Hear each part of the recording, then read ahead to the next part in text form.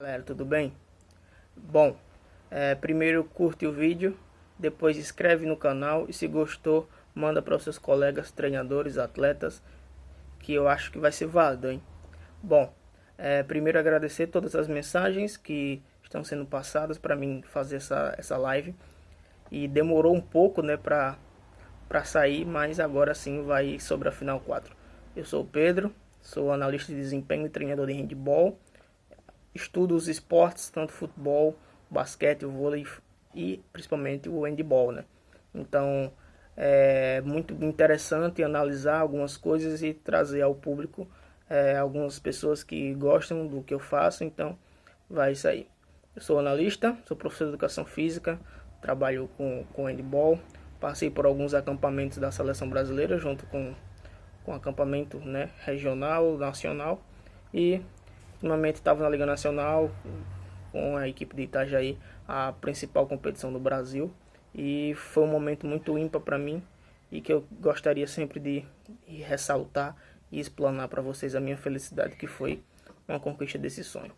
Bom, a temática da Final 4 vai ser o seguinte: vamos falar primeiro sobre as duas equipes da final, Barcelona e Kiel, e logo após a gente fala sobre as semifinais e, claro, a disputa de terceiro. Primeiro, respondendo já, falando sobre uma pergunta que eu vou tentar responder dentro do vídeo. O Kiel foi uma surpresa? Para mim não foi totalmente uma surpresa pelo contexto que estava sendo essa Final 4, trazendo alguns números que eu vou colocar para vocês depois. Não dá para falar da Final 4 sem a gente colocar lesões / Covid. Isso realmente mexeu muito com a Final 4, trouxe alguns favoritos para baixo, alguns que não tinham tanto favoritismo para cima, e o azarão realmente teve ali grandes dificuldades por conta disso, tá? Uma outra coisa que a gente precisa colocar bem em prática é o momento da temporada. Os clubes chegaram em momentos diferentes na temporada para essa Final 4. Então, isso é claro, coloca-se um grande ponto. Algumas equipes chegaram com mais jogos e outros menos jogos. Isso com certeza causa uma grande diferença dentro do resultado final, que é a Final 4. Tá? Bom, falar primeiro sobre o Barcelona, a equipe favorita, a equipe que tem o melhor handball do mundo. Mais uma vez chega como uma das grandes favoritas e não consegue ganhar o título. E aí tem alguns pontos que se precisa colocar no porquê o Barcelona não consegue ganhar essa Champions, e claro, sem tirar o mérito do Kiel, tá? Primeiro, vamos falar um pouco sobre a mentalidade do Barcelona. A mentalidade do Barcelona ela foi formada, né, e modificada com a entrada do Pep Guardiola lá no futebol. E eles têm uma mentalidade que eles precisam ganhar tudo que disputam, sempre jogando em alto nível. Eles precisam ganhar e dar espetáculo. Isso na prática é muito bom, né? Sem dúvida não dá para criticar o que foi aquela geração do Pep Guardiola no futebol. Claro, era um show. Eles ganhavam, davam um show e mantinha o público atrativo, aumentou a quantidade de sócios e renda no clube. Ponto. Com handball é a mesma coisa. É bonito de ver o Barcelona jogar. É o handball mais bonito que tem hoje no mundo. É o Barcelona, na minha opinião e de muitos. Então isso causa muito o que é a mentalidade do Barcelona. Só que essa mentalidade, em um determinado momento, ela pode causar problemas. E esse problema está muito relacionado ao que é o modelo de jogo do Barcelona. Isso eu vou chegar lá mais tarde. E qual é o outro ponto que eu gosto de comentar e que muitas vezes esse ponto está sendo debatido no que eu sempre venho falando? É a periodização. Por que essa palavra periodização vem ganhando muita força? Ela sempre foi muito decisiva. Dentro da fisiologia do exercício, do esporte, ela sempre foi muito debatida. E é algo que eu estou tendo muito através da pós que eu estou fazendo em fisiologia, Isso está me retratando mais ainda a importância dessa palavra, periodização.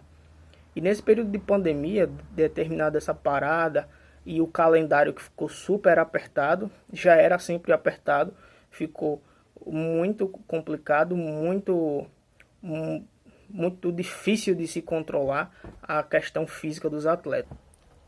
Bom, calendário esse que nesse mês, um exemplo, agora o Barcelona fez 9 jogos, teve uma média de 10 viagens e provavelmente fez em torno de 12 treinos.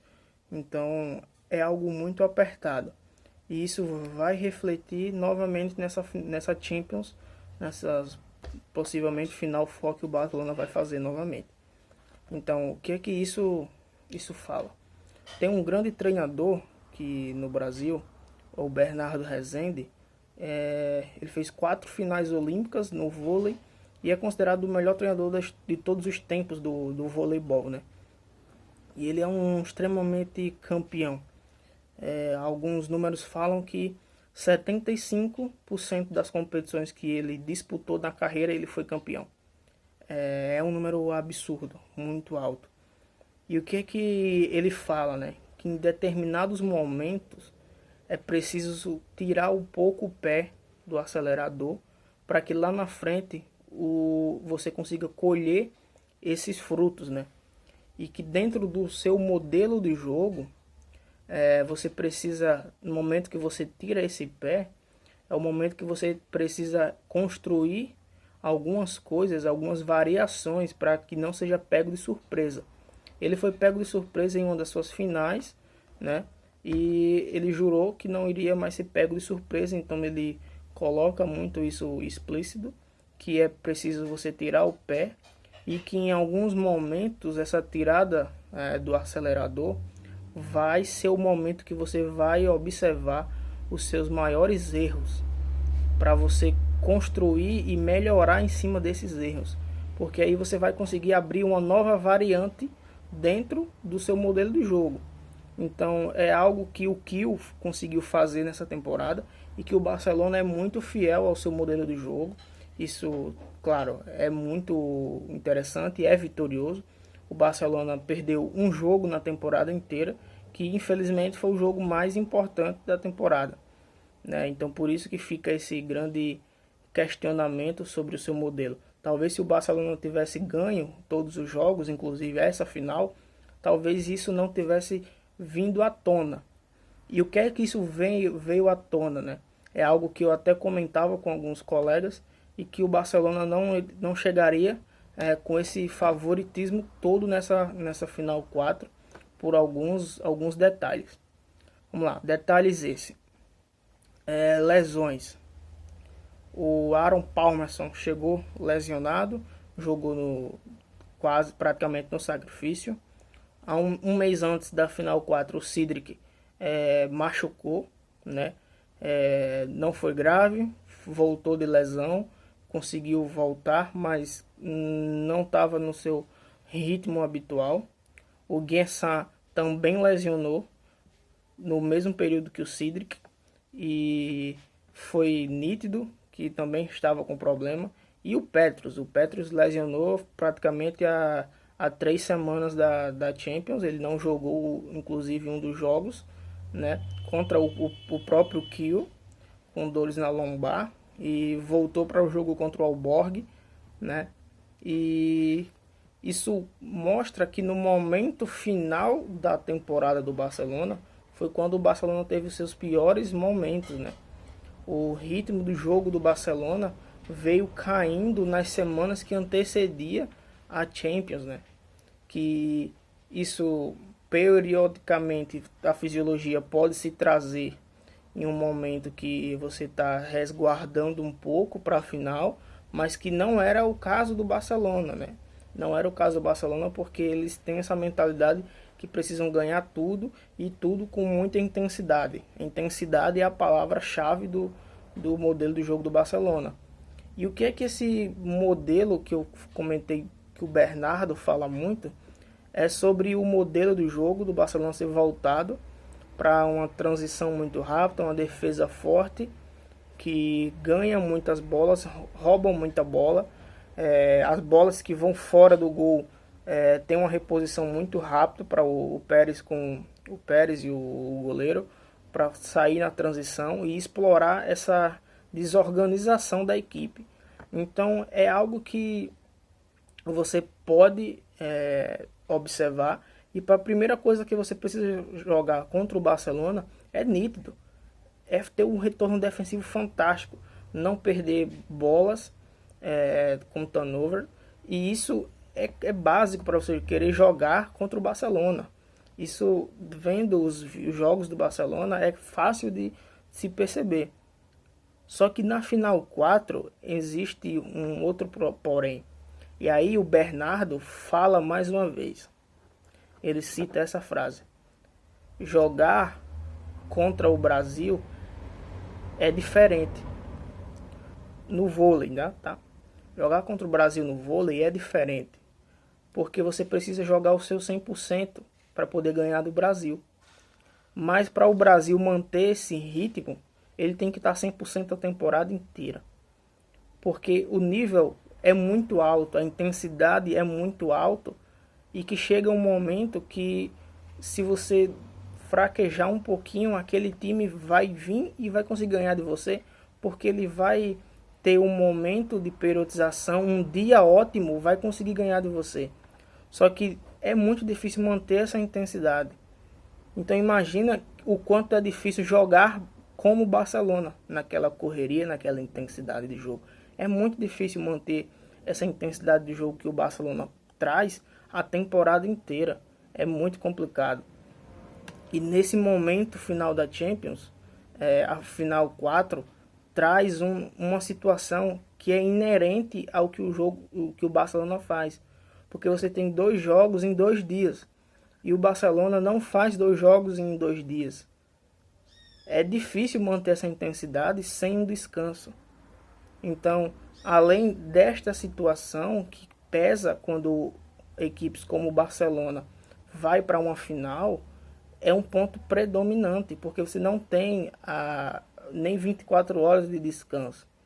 Imagina que geralmente os jogos do Barcelona, que eles fazem na Liga espanhola e na Champions, ele tem 3 dias de descanso de um jogo para outro, às vezes 2 dias, né?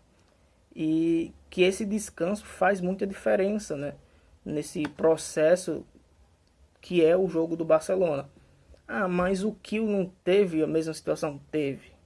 E aí eu vou comentar um pouco mais na frente. Só que dentro da final 4 existe algo que é diferente. Porque a final 4 é uma competição à parte. Então tudo que vem sendo feito na Champions até aquele momento, muitas coisas podem ser colocadas ou não em prática. Isto é nítido que sempre nos momentos de semifinal e final, o número de transições cai. Isso está inerente a todos os esportes. O basquete também é assim, o handebol é assim, o futsal também é assim. Momentos de finais, a correria de transição gera um momento de mais calma, de pensar mais o jogo. E isso complica porque o modelo do jogo do Barcelona é muito pautado na transição. Eles querem transitar o mais rápido possível. E o que é que isso gera no momento de final? É que além de você estar mais desgastado, não consegue transitar tanto como geralmente se faz dentro dos seus jogos da Champions, jogos da Liga. Chega-se o momento que nessa semifinal e final da Champions, o modelo de competição muda e as equipes naturalmente transitam menos. Então isso cai um pouco por terra, não cai por terra, desculpa, mas complica o modelo do jogo do Barcelona. E aí é aquela coisa que o Bernardo fala de você tirar o pé e perceber alguns erros, que talvez seja um ponto que se precisa, que pode se explorar dentro do Barcelona, né? E aí teve um jogo contra o Aalborg, foi nítido o que o Barcelona teve dificuldade. O jogo saiu 35-32 para o Barcelona. O Barcelona consegue ganhar, mas sofreu muito. A 5 minutos do final do jogo, o jogo estava empatado. E isso causa uma grande situação porque você precisa errar o mínimo possível. E o Aalborg é uma equipe que erra pouco, dá poucos passes errados, arremessa pouco para fora. E isso foi a tônica do jogo do Aalborg. E outra, dentro do modelo do jogo, sempre tem algo que a gente treina menos do que outras coisas. E dentro dessa situação, né, os espanhóis que são claramente negacionistas ao 7 contra 6. A maioria deles, tá? Não generalizando. Então é claro que o 7 contra 6 vai ser menos trabalhado por eles. Isso é uma tendência. Então o Aalborg jogou muito bem 7 contra 6 contra o Barcelona. Complicou demais o jogo contra o Barcelona. Conseguiu ter vários retornos bem sucedidos para a sua defesa. Tomou menos gols do que o de costumes de contra-ataque, né? E isso fez que o Barcelona tivesse muita dificuldade. O jogo saiu 7 contra 6. 7 contra 6, desculpa, o ataque do Aalborg. E saiu 3 bolas apenas para o Barcelona, que geralmente isso não vinha acontecendo na Champions. Inclusive, o primeiro jogo contra o próprio Kiel saiu maior essa diferença. E aí, qual é a situação? O Kiel percebeu essa fragilidade do Barcelona em defender 7 contra 6. Então, isso foi muito explorado na final. O Barcelona tomou 10 gols de 7 contra 6. Então, isso foi algo que pesou muito para o jogo, né? Algumas situações de 7 contra 6 geraram 2 minutos a favor do Kiel, que conseguiu aproveitar bem essas punições de 2 minutos, desculpa. E dentro da final, o Barcelona ele fez 8 gols em transições, né? Durante tiro de saída, contra-ataque direto e seu ataque rápido. E que a média do Barcelona é de fazer 14 por jogo. Então diminuiu drasticamente por conta disso, né? 7 contra 6 tinha gol ou tinha um arremesso bem feito que muitas vezes dificultava esse contra-ataque do Barcelona. O que corria muito para trás e cadenciava muito o jogo no ataque. Então gerava um desconforto muito grande no Barcelona, porque com o sétimo jogador ele tinha que abaixar um pouco suas linhas defensivas, não conseguiu pressionar tanto para fazer o adversário arremessar ou arremessar rápido, desequilibrado, perder bola, como é o costume do Barcelona. Então causou um enorme desconforto no Barcelona, que além de não conseguir ter boas situações no sua defesa posicionada, não conseguia contra-atacar muitas vezes. Primeiro, por esse desgaste que eu falei. Segundo, porque o Kiel conseguiu fazer um bom retorno. Conseguiu rodar, fazer sua rotação bem e ter um ótimo retorno. Então fez que o Barcelona diminuísse muito a quantidade dos gols de contra-ataque. E aí você já tinha um jogo mais equilibrado. O Barcelona, no seu ataque posicional, não conseguiu fazer nem 10 gols posicionados. Onde não teve transição, não teve situação de punição, 6 contra 6, não conseguiu. Até o 7 contra 6 do Barcelona não estava funcionando. Claro, muito pelo Landim, que fez 15 defesas durante esse jogo, mas não conseguiu. E aí tem um timeout do Pasquin no jogo contra o Aalborg, que é um pouco da situação que volta mais uma vez do que o Bernardo fala, né? O Pasquin no timeout diz o seguinte: estamos nessa situação empatado a 5 minutos do final. Tenhamos calma que precisamos aprender a jogar neste momento. Que é algo que o Barcelona nunca tinha passado nessa temporada. Poucas vezes, né? Jogar atrás do placar. O que jogou muito tempo à frente do placar. E isso gera um desconforto muito grande no Barcelona, porque existe uma pressão no Barcelona em ganhar essa Champions. Então isso ficou claro que eles se sentiam desconfortáveis em jogar atrás do placar. E o porquê que isso eu coloco na liga, né? porque o Bernardo uma das vezes fala, e isso para mim eu acho que é total verdade, que quando você tem uma liga forte, além de você fazer jogos difíceis, traz momentos difíceis durante a competição que você precisa resolver. O Kiel tem a Bundesliga, é a melhor liga do mundo, com certeza momentos difíceis o Kiel passou, perdeu mais jogos na temporada, e o Barcelona não, a Liga Espanhola, o Barcelona sempre passa com muita facilidade das equipes, por mais que eles estejam atrás do placar em algum momento, eles sabem que a equipe adversária não vai aguentar a intensidade do jogo e que eles vão virar o jogo. Então isso é muito complexo, né? A importância de ter uma liga boa, né? Que consegue trazer mais situações difíceis e explorar mais erros. E a outra coisa que é o ponto negativo é porque você tende a chegar mais desgastado fisicamente no final da temporada, né? Por ter sempre jogos muito difíceis. Que aí o Barcelona, para suprir essa liga, talvez ao mesmo nível do Barcelona, né? Que não é que a Liga Espanhola seja fraca, é uma liga muito forte, mas é que o Barcelona está muito acima, né? Não tem quem lute contra o Barcelona na Espanha. E o Barcelona joga nessa intensidade altíssima muito para compensar esse ritmo de jogo forte, né? Só que em um momento decisivo isso causa alguns problemas. Então isso foi uma das tônicas dessa situação do Barcelona, né? Chegar com um desgaste excessivo, chegar em um momento de curva baixa dentro da temporada. O modelo da Final 4 é contraditório, os números são contraditórios ao que é o modelo do Barcelona, que isso não está inerente, está certo ou errado, mas é algo que coloca-se bem implícito, né? O Barcelona no ataque posicional tem dificuldades quando pega determinadas defesas.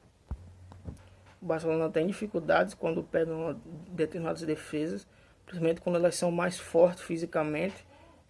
Teve dificuldades contra o Aalborg e contra o Kiel ficou muito implícito o quanto eles tinham dificuldades em entrar nessa defesa do Kiel, né?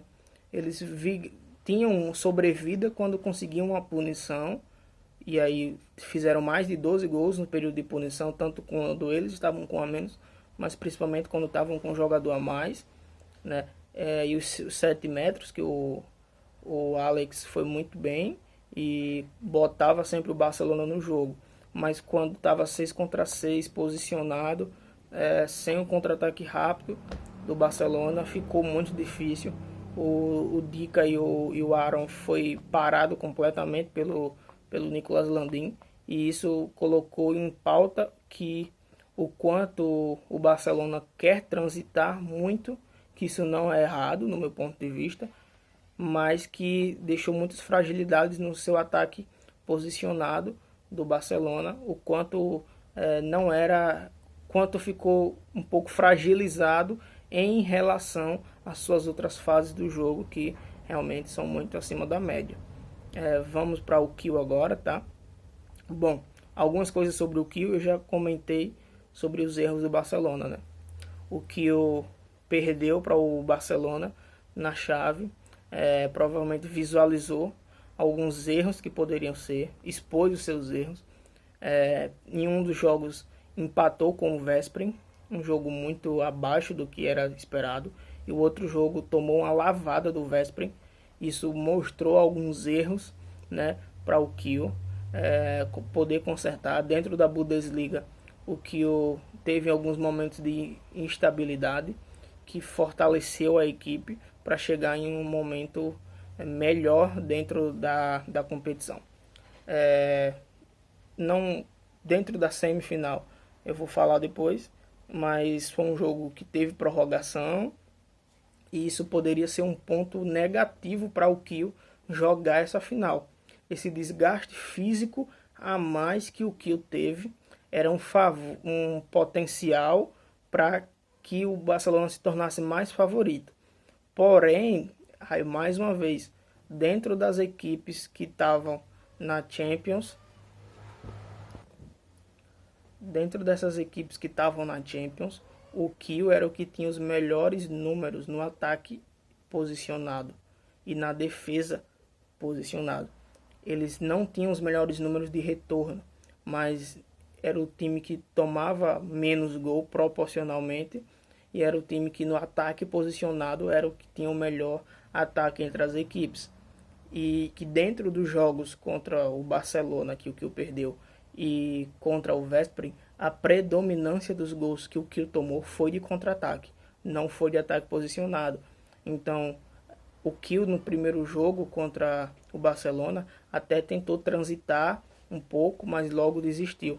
No jogo contra o Veszprém ele transitou até um pouco mais e não foi efetivo.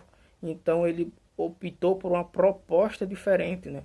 Optou por jogar na sua zona de conforto e, claro, já tinha exposto os seus erros, corrigiu alguns erros, que esse erro era um dos maiores, né? Contra o Veszprém e contra o Barcelona, que são as equipes que mais transitavam, tentar jogar na transição era um ponto negativo para o Kiel. Então ele melhorou muito o seu retorno defensivo, melhorou muito, sofreu menos gols de contra-ataque do que sofreu nos primeiros jogos. A marcação um pouco isolada no Sagosen que o Barcelona fez foi corrigida. Logo eles acharam situações para conseguir colocar o Sagosen no jogo, né? Que isso foi um grande problema no jogo do Barcelona, que no primeiro jogo o Barcelona fez uma marcação um pouco diferente, né? Um pouco avançada no Sagosen. Isso causou muitas dificuldades no Kiel e que eles vieram preparados para essa marcação, que na final o Barcelona tentou usar a mesma situação e o Kiel já tinha algumas respostas para isso. O Kiel na final não foi pego de surpresa como aquela situação, né? Porque já tinha sido exposto um dos grandes problemas do Kiel jogar, que era essa marcação individualizada, um pouco mais individualizada no Sagosen. O Barcelona fez isso na chave, que gerou a oportunidade do Kiel consertar isso, né? E o Kiel consertou. E outra, trabalhou bastante esse 7 contra 6. Foi o 7 contra 6 que decidiu essa final por ter visto o que o Aalborg tinha feito. Então, para o Kiel, eles eram muito conscientes que eles precisavam passar para a final. Eles estavam muito confiantes em jogar contra o Barcelona. E é tanto que contra o Veszprém eles tiveram mais dificuldades, né? Eles não jogaram o 7 contra 6 tão bem quanto na final. Teve momentos de mais estabilidades, mas porque aquela situação, o Veszprém veio determinado a ir para a final. Eles queriam muito ir para a final, como todo o Veszprém tinha muita chance de ser campeão. Então entregou tudo que tinha para se entregar nessa semifinal, e que do lado do Barcelona não aconteceu tanto, né? Porque o Barcelona passou um pouco mais fácil pelo PSG, que era esperado. Mas essa situação física foi muito predominante, que o Veszprém jogou tudo contra o Kiel conseguiu suportar essa situação, mas veio numa condição física melhor. Era que quem tinha melhor condição física era o Kiel. Isso fez muita diferença. E mais uma vez, equilibrou os contra-ataques do Veszprém. Isso ocasionou que o Veszprém precisava atacar posicionado e era muito difícil jogar contra o Kiel posicionado. O Pekler fez uma partida excepcional, inclusive foi o MVP da final 4. Isso causou momentos muito importantes. E no momento de decidir, o Kiel foi decisivo, né? O Kiel teve os seus momentos de instabilidade dentro da partida, mas ele conseguiu no momento final estar apto a decidir. E aí tem o ponto plus, né? Que o basquete fala muito, que tem equipes que tem bons elencos, mas ter grandes craques em momentos decisivos, momentos de finais, é muito importante. E simplesmente o Kiel tinha para mim os dois melhores jogadores do mundo dentro da sua própria equipe, que é o Sander Sagosen e o Nicolas Landin. São os dois jogadores no mundo hoje que faz mais diferença, e eles tinham a favor deles, né? Isso fez uma grande diferença dentro da competição, sem dúvidas. a chegada do Sagosen, né, nesse período pós-pandemia que opcionou o Sagosen jogar a liga. Então isso fez bastante diferença, né? Outra coisa que é bastante interessante, que eu até coloquei, o Barcelona conseguiu, o Kiel conseguiu sempre jogar à frente do Barcelona. Ele controlava a intensidade do jogo, ele controlava o ritmo do jogo, atacava com 45 segundos, 50 segundos, 1 minuto até, e o Barcelona atrás do placar, cada vez mais desesperado para tentar contra-atacar e não saía gol, queimava bolas rápidas. Isso fez que o Kiel cada vez mais crescesse no jogo e controlasse o jogo. E aí entra um pouco da cultura, né? A cultura alemã é muito fria. Isso nos momentos cruciais é muito interessante. E para mim o Kiel foi mágico nesse momento. Periodizou corretamente, chegou à liga no seu melhor momento na temporada, com baixas lesões. Pelo que eu saiba, não perdeu nenhum jogador por lesão e simplesmente aceitou que era mais fraco que as outras duas equipes e jogou na sua potencialidade, jogou no que ele percebeu que poderia ganhar. Se era segurando os contra-ataques e um pouco retraído, retrancando, que jogasse mais, que ganhasse e que ganhou.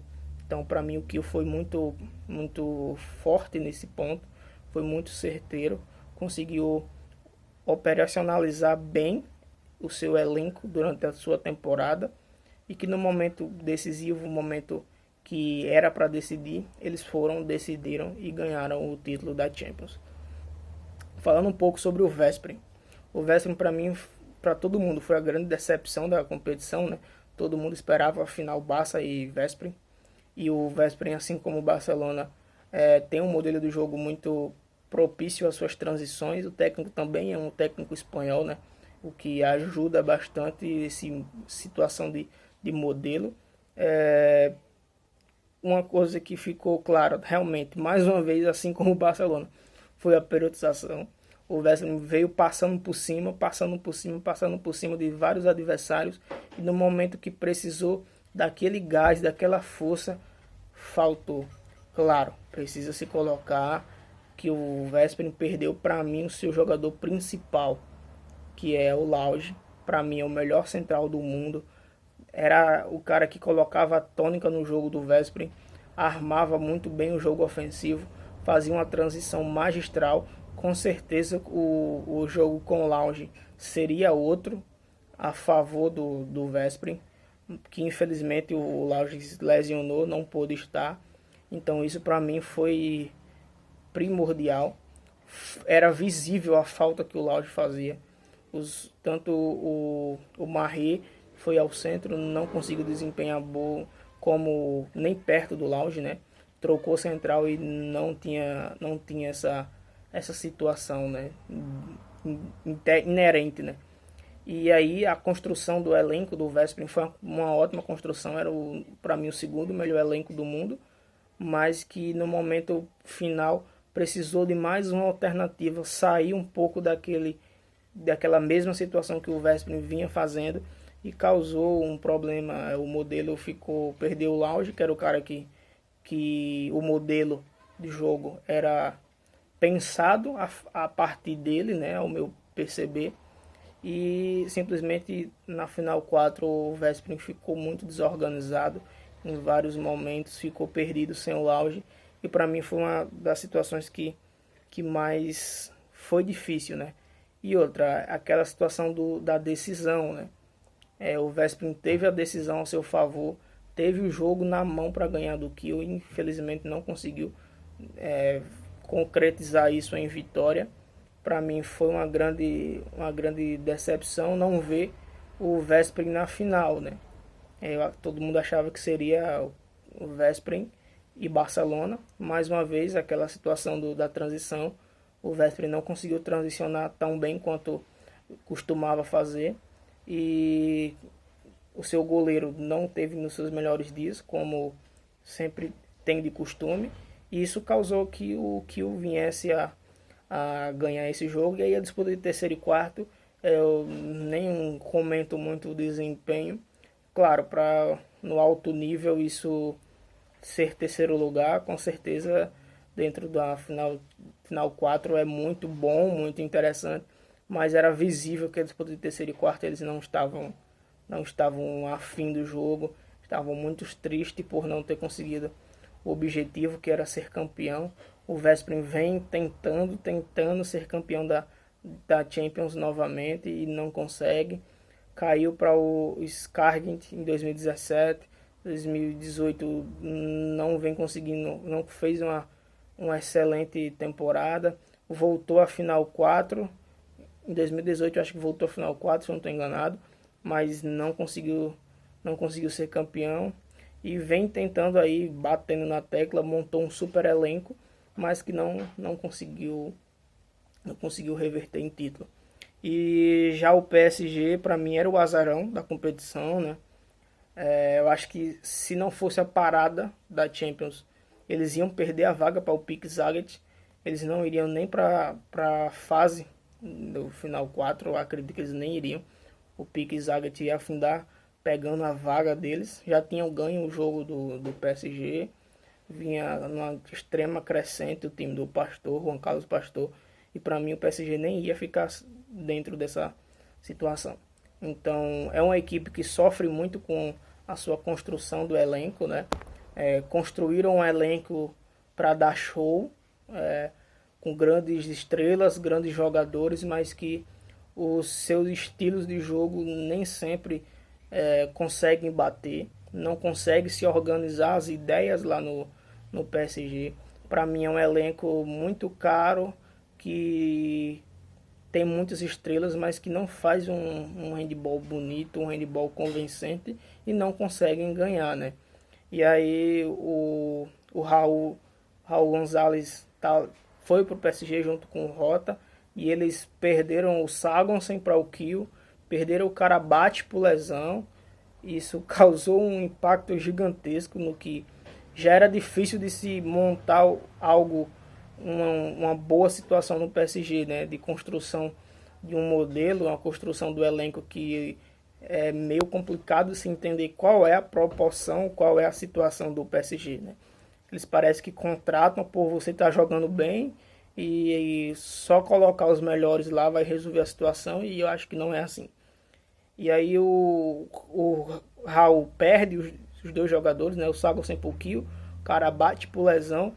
Eles contratam o central holandês, que é um ótimo central, que casa um pouco com a busca das vantagens, né, ofensivas que o Raul fala bastante, né, que fez o Raul ser conhecido lá no Varda com o Cedric. Traz um central muito parecido com o Cedric e que infelizmente ele testou positivo para o Covid. Era o grande jogador ofensivo, né, do PSG, era o cara que ia mudar a tônica do PSG, que inclusive agora sim o PSG faz uma boa temporada, né? O PSG vem se reerguendo durante essa volta da Champions, né? Ganhou vários jogos importantíssimos e vem jogando muito bem, e muito pelo seu central holandês, que só falta fazer chover no PSG. Então o PSG era muito difícil chegar a essa final, ainda mais que caiu com o Barcelona, o melhor time do mundo, e simplesmente era muito complicado. Agora torcer para essa reconstrução do PSG para essa temporada, ver o que é que eles conseguem fazer. Eles vêm muito bem, eu acredito que eles podem. Não é uma surpresa o PSG pintar na final 4, se bem que o Flensburg está muito forte, e vamos ver como vai ser os cruzamentos. Mas o PSG, eu acho que é isso, tentar ganhar essa temporada. Seria até interessante um título finalmente do PSG, até para coroar a saída do Hansen, né, que está indo para o Aalborg no final da próxima temporada. Acho que seria muito interessante o PSG construir algo legal. Beleza? Acho que foi isso. Fica ligado que em breve vai ter mais coisas, vai ter mais vídeos, e futuramente vai ter uma novidade para vocês que eu não posso revelar agora. Uma manda sugestões que a gente vai tentar fazer um vídeo fazendo um resumo da Champions, um resumo de algumas situações do handball durante esses dias. Tentar fazer um a cada 15 dias, um por semana, vamos ver como pode sair. Beleza? Um abraço a todos, espero que tenham assistido até o final. Um abraço, tchau, tchau.